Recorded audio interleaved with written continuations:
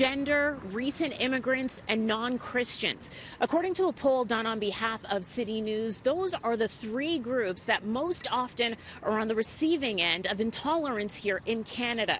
I'm Tammy Sutherland, and we're continuing our coverage of our series, Hate in Canada and Fighting It.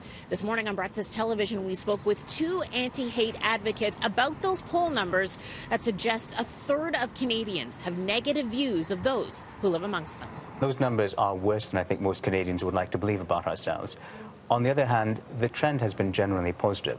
That is to say, the numbers of people who express negative views about others unlike themselves has been, generally speaking, declining over time.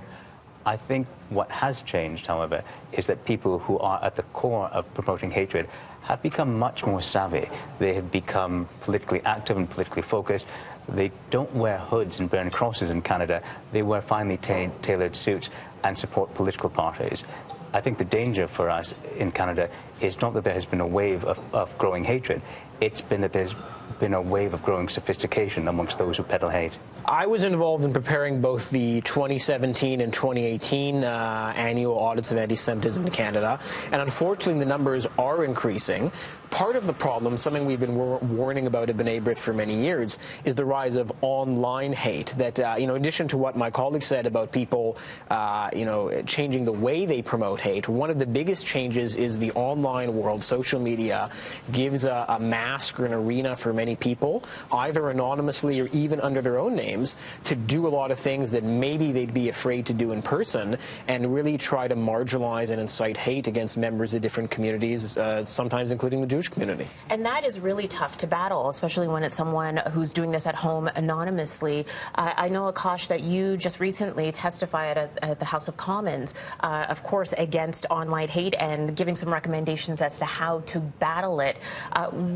What can some of these companies do, especially the social media platforms, in order to stop this or at least filter it? The sad reality is that human nature is such that people are often more excited and invigorated by anger than by affection.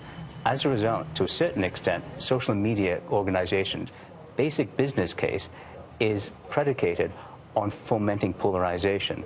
The more people yell at one another on social media, the more they become angry at one another, the more clicks and likes and money those organizations make. I think they have to confront a difficult question, and that is, and we as Canadians have to confront that question as well.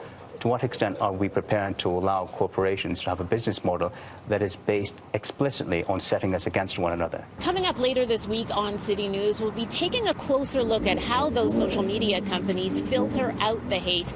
And for a full look at that discussion from Breakfast Television this morning, you can head to a link on our website, citynews.ca. In the Village, Tammy Sutherland, City News.